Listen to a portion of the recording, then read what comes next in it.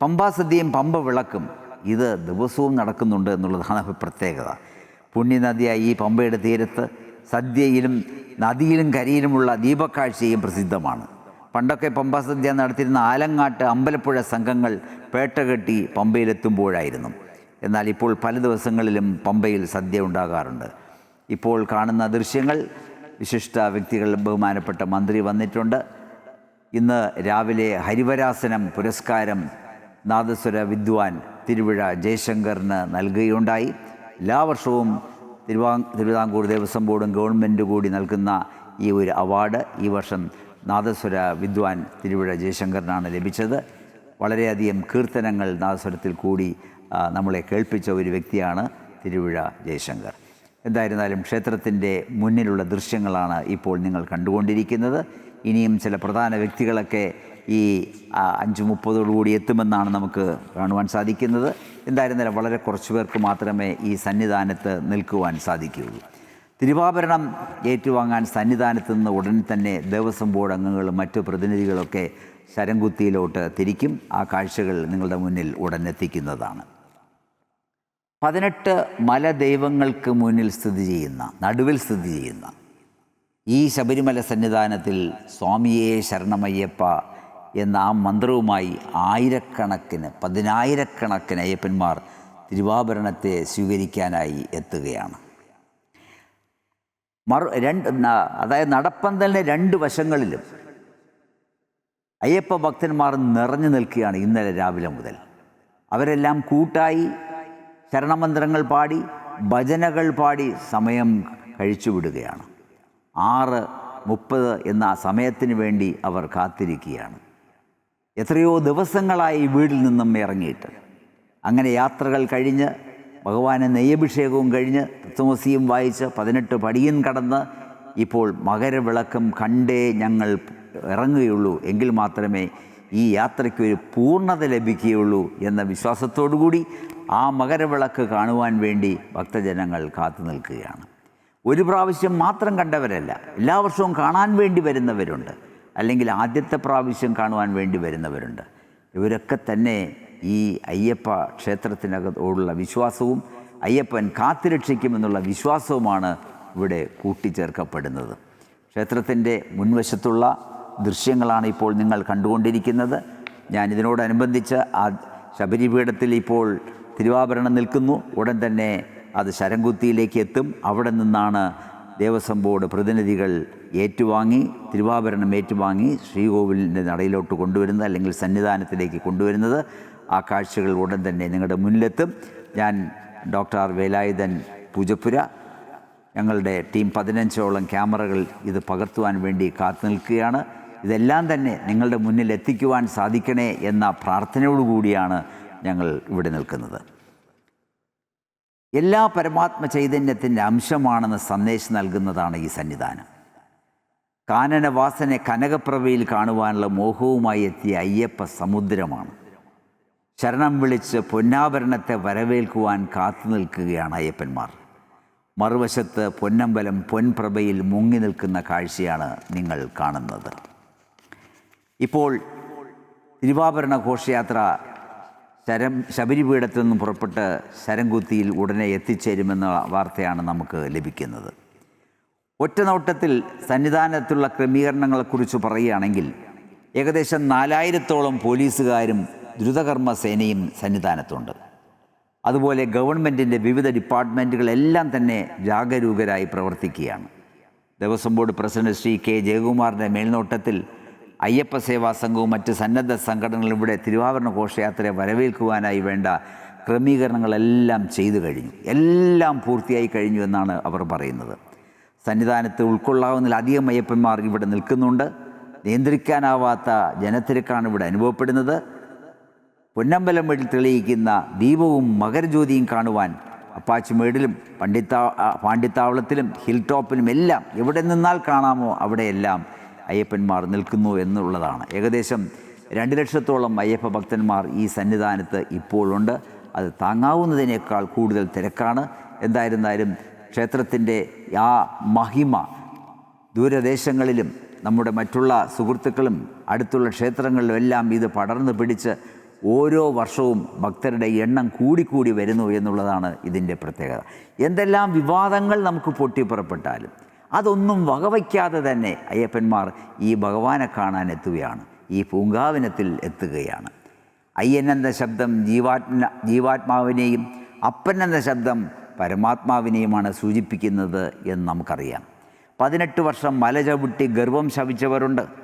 നാട്ടിലെ ഗുരുസ്വാമിയുടെ അനുഗ്രഹത്തോടെ വൈഷ്ണവമായ തുളസിമാലയണിഞ്ഞ് അയ്യപ്പ മുദ്ര ഹൃദയത്തോട് ചേർത്ത് വെച്ച് അയ്യപ്പനാമം ഉരുവിട്ടുകൊണ്ടിരിക്കുന്ന ഭക്തന്മാരെയാണ് നമുക്കിവിടെ കാണുവാൻ സാധിക്കുന്നത്.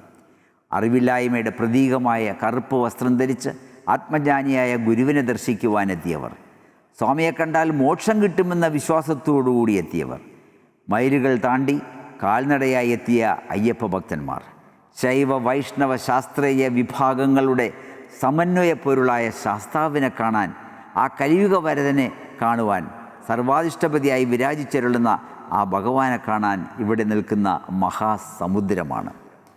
മറ്റൊരു വിശേഷം ഞാൻ ഇടയ്ക്ക് പറയാൻ വിട്ടുപോയത് എന്താണെന്ന് പറഞ്ഞാൽ, കാനനവാസനായ അയ്യപ്പൻ്റെ തിരുസന്നിധിയിൽ പ്രസാദ വിതരണം നടത്തുന്നത് നമുക്ക് എല്ലാവർക്കും അറിയാം. ചിലർക്കെല്ലാം പ്രസാദം കിട്ടിയിട്ടുണ്ട്. നമ്മുടെ വാഴയിലയിലല്ല ആ പ്രസാദം നമുക്ക് ലഭിച്ചുകൊണ്ടിരുന്നത്. കാട്ടുകൂവയുടെ ഇലയിലാണ് ദിവസവും നമുക്ക് ഈ പ്രസാദം വിതരണം ചെയ്യുന്നത്. ഏകദേശം 10,000 ഇലകളാണ് ഇതിന് ഉപയോഗിക്കുന്നത്. ഉൾവനത്തിൽ നിന്നും വനവാസികളാണ് ദിവസവും ഇതെത്തിക്കുന്നത്. ഇത് എത്ര പേർക്കറിയാം? പക്ഷെ നമുക്ക് ആ കൂവയിലയിൽ നമുക്ക് പ്രസാദം കിട്ടുന്നുണ്ട് എന്നുള്ളതാണ്. അത്താഴ പൂജ കഴിഞ്ഞ് നട അടയ്ക്കുന്നതിന് മുൻപായി ഭക്തർ ആലപിക്കുന്ന ദിവ്യ കീർത്തനമാണ് ഹരിവരാസനം. യേശുദാസ് പാടിയ ഹരിവരാസനം നമുക്ക് എല്ലാവർക്കും അറിയാം. അറിയാത്ത ഒരു വ്യക്തിയും കാണത്തില്ല. ആ ഈണവും ആ താളവും ഒക്കെ തന്നെ നമ്മുടെ മനസ്സിൽ ഇപ്പോഴും നിൽക്കുന്നുണ്ട് എന്നുള്ളതാണ്. ഹരിഹര സുധാഷ്ടകം, ഹരിഹരാത്മാഷ്ടകം എന്ന പേരുകളിലാണ് ഈ ഗീതകം അറിയപ്പെടുന്നത്. ഹരിവരാസനം പാടുമ്പോൾ ദേവതമാരും അയ്യപ്പന്മാരും ഭഗവാനെ സ്തുതിക്കുന്നുവെന്നാണ് സങ്കല്പം. അങ്ങനെ കീർത്തനാലാപനത്തിൻ്റെ ഭക്തിനിർഭരമായ അന്തരീക്ഷത്തിൽ ഭഗവാൻ സുഖനിദ്ര പോകുന്നു എന്ന വിശ്വാസം. തൊട്ടടുത്ത് അയ്യപ്പൻ്റെ ആ ക്ഷേത്രത്തിൻ്റെ വലതുവശത്താണ് മാളികപ്പുറത്തമ്മ. മാളികപ്പുറത്തമ്മ ദേവലോക മാതാവേ എന്ന് ശരണമന്ത്രങ്ങളിൽ നാം ഉൾപ്പെടുത്തിയിട്ടുണ്ട്. മാളികപ്പുറത്തമ്മ മഞ്ചാംബിക എന്ന് നാം പറയുന്നുണ്ട്. ഈ മാളികപ്പുറത്തമ്മ യഥാർത്ഥത്തിൽ മധുര മീനാക്ഷിയാണെന്ന് സങ്കല്പം. പന്തളത്തെത്തിയ പാണ്ഡ്യരാജാവിൻ്റെ കുലദേവതയാണ് മധുര മീനാക്ഷി. ആ സങ്കല്പത്തിലാണ് പ്രതിഷ്ഠ. മാളികപ്പുറം അയ്യപ്പൻ്റെ കാമുകിയല്ല എന്ന കഥയും നിലനിൽക്കുന്നുണ്ട്. ശബരിമലയിൽ ഭഗവാനെ കാണുവാൻ എത്തുന്നവർ തൻ്റെ ആയുധങ്ങൾ ഉപേക്ഷിക്കണമെന്നും എന്നിട്ട് വേണം സന്നിധാനത്തെത്തുവാൻ എന്ന തത്വമാണ് ശരംകുത്തിയിൽ എന്ന് ഞാൻ നേരത്തെ സൂചിപ്പിച്ചിട്ടുണ്ടായി. എന്നാൽ എല്ലാ വർഷവും കന്യയ്യപ്പന്മാരുണ്ടാകും. കന്യയ്യപ്പന്മാരുടെ ശരം അവിടെ കാണും. അത് കണ്ടിട്ട് മാളികപ്പുറത്തമ്മ തിരിച്ചു പോകും, സങ്കടത്തോടു കൂടി തിരിച്ചു പോകും എന്ന ഒരു കഥയും ഉണ്ട്. അത് ഞാൻ പിന്നെ പറയാം. മകരവിളക്ക് കഴിഞ്ഞ് അയ്യപ്പനാണ് ശരംകുത്തിയിൽ എഴുന്നള്ളത് യഥാർത്ഥത്തിൽ. അതുപോലെ മഞ്ചാമ്പിയുടെ ക്ഷേത്രത്തിൻ്റെ പിന്നിൽ, മാളികപ്പുറം ക്ഷേത്രത്തിൻ്റെ പിന്നിലായി മണിമണ്ഡപമുണ്ട്.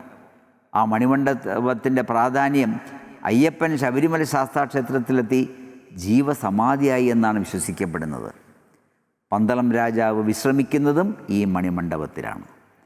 18 പടിക്ക് താഴെ നായാട്ട് വിളി ചൊല്ലുന്ന വിധിയുണ്ട്. 5 ദിവസം അയ്യപ്പൻ്റെ കളമെഴുത്തും പാട്ടും ഇവിടെ നടക്കുന്നുണ്ട് എന്ന ഈ കാര്യങ്ങൾ പ്രേക്ഷകർ കേൾക്കുവാൻ വേണ്ടിയും കാണുവാൻ വേണ്ടിയാണ് ഞങ്ങൾ പറയുന്നത്. വളരെ മഞ്ഞുകൊണ്ട് മൂടിയ ഒരു സമയമായി കാണുന്നു. തണുത്ത കാറ്റ് ഇവിടെ വീശുന്നുണ്ട്. പകൽ നല്ല ചൂടായിരുന്നുവെങ്കിലും ആ ശബരിമലയുടെ ആ പൊന്നമ്പല മേടിൻ്റെ ദൃശ്യങ്ങൾ കാണുവാൻ വേണ്ടി ഞങ്ങൾ ശ്രമിക്കുകയാണ്.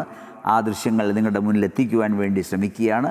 എന്തായിരുന്നാലും കൃത്യമായി നേരെ കിഴക്ക് ഭാഗത്ത് 2 മലയിടുക്കിലാണ് ഈ മകരവിളക്ക് തെളിയുന്നത്. എല്ലാ വർഷവും ഒരേ സ്ഥലത്ത് തന്നെയാണ് ഈ മകരവിളക്ക് തെളിയുന്നത്. അതുകൊണ്ട് പതിവായി വന്നവർക്ക് എല്ലാവർക്കും അത് മനസ്സിലാക്കുവാൻ സാധിക്കും. ബാക്കിയുള്ളവർ മറ്റുള്ള അയ്യപ്പ ഭക്തന്മാർക്ക് പറഞ്ഞു കൊടുക്കുകയാണ്, ഇന്ന സ്ഥലത്താണ് ഈ മകരവിളക്ക് തെളിയുന്നത്. 3 പ്രാവശ്യം തെളിയും. ഒരു മഞ്ഞ നിറത്തിലുള്ള ഒരു ദീപമാണ് കാണുന്നത്. ഇതാ ഈ കുട്ടികളൊക്കെ നോക്കൂ, ഈ വർഷം ധാരാളം കുട്ടികളാണ് ശബരിമലയിൽ എത്തിയിട്ടുള്ളതാണ് പ്രത്യേകം എടുത്ത് പറയാനുള്ളത്. ധാരാളം കുട്ടികൾ ഈ ശബരിമലയിൽ എത്തിയിട്ടുണ്ട്. നേർച്ചയ്ക്ക് വേണ്ടി എത്തിയവരായിരിക്കാം, അല്ലെന്നുണ്ടെങ്കിൽ ഭഗവാനെ കാണുവാൻ എത്തിയുണ്ടായിരിക്കും. അതുപോലെ മാളികപ്പുറത്തമ്മയും ഈ വർഷം ധാരാളമുണ്ട്. അപ്പോൾ അങ്ങനെ ഞാൻ പറയുകയാണെങ്കിൽ വർഷം തോറും മാളികപ്പുറത്തിൻ്റെയും കുട്ടികളുടെയും അയ്യപ്പന്മാരുടെയും തിരക്ക് വർദ്ധിച്ചു വരുന്നു എന്നുള്ളതാണ്. ഇപ്പോൾ ക്ഷേത്രത്തിൻ്റെ മുന്നിൽ ശ്രീകോവിൽ നിന്ന് ഹാരം കഴുത്തിലിട്ട് കൊടുക്കുകയാണ്. എന്തിനു വേണ്ടി? ഇവരാണ് ശരംകുത്തിയിൽ പോയി തിരുവാഭരണം ഏറ്റുവാങ്ങുവാനുള്ള അനുവാദം കൊടുക്കുകയാണ്. ശരംകുത്തിയിൽ എത്തിച്ചേരുന്ന തിരുവാഭരണം സ്വീകരിച്ച് ഇതാ സന്നിധാനത്തെത്തിക്കൂ, അതിനു വേണ്ടി പുറപ്പെടുന്ന ഒരു കാഴ്ചയാണ് ഇപ്പോൾ നിങ്ങൾ കണ്ടുകൊണ്ടിരിക്കുന്നത്. അല്പസമയത്തിനുള്ളിൽ ഈ പ്രതിനിധികളും ദേവസ്വം ബോർഡ് ഭാരവാഹികളും അയ്യപ്പ സേവാ സംഘം വോളണ്ടിയേഴ്സും ഒക്കെ തന്നെ ഇവിടെ നിന്ന് യാത്ര തിരിക്കും. ശരംകുത്തിയിലെത്തി ശരംകുത്തിയിൽ വിശ്രമിക്കുന്ന ഈ തിരുവാഭരണ അംഗങ്ങളെ സ്വീകരിച്ച് ആ തിരുവാഭരണവുമായി തിരിച്ച് സന്നിധാനത്തേക്ക് വരുവാൻ 5:30 സമയം. ഇപ്പോൾ 5:05 എന്തായിരുന്നാലും 15-20 മിനിറ്റിൽ ശരംകുത്തിയിലെത്തും. അവിടെ ചെന്നാൽ 5:30 അവിടെ തിരിച്ചാൽ ഒരു 6:10 സന്നിധാനത്തിലേക്ക് എത്തും എന്നാണ് നമുക്കറിയുവാൻ സാധിക്കുന്നത്. എന്തായിരുന്നാലും 6:30-നും 6:40-നും ഇടയ്ക്ക് ശ്രീകോവിൽ ദീപാരാധന നടക്കും. ദീപാരാധന കഴിഞ്ഞ ഉടൻ തന്നെ അങ്ങ് കിഴക്കൻ ചക്രവാളത്തിൽ ആ പൊന്നമ്പലമേട്ടിൽ മകരവിളക്ക് തെളിയും. അത് കാണുവാനുള്ള തിക്കിലും തിരക്കിലുമാണ് നമ്മുടെ അയ്യപ്പ ഭക്തന്മാർ. പോലീസ് ഉദ്യോഗസ്ഥർ വരെ ഈ അനുവാദം കൊടുത്തു കഴിഞ്ഞു. നിങ്ങൾ പോയി ആ തിരുവാഭരണം ഭഗവാന് കൊണ്ടുവരൂ എന്നുള്ള ഒരു അനുവാദമാണ് ഇപ്പോൾ ശ്രീകോവിലിൻ്റെ മുന്നിൽ നിന്നും കൊടുത്തുകൊണ്ടിരിക്കുന്നത്.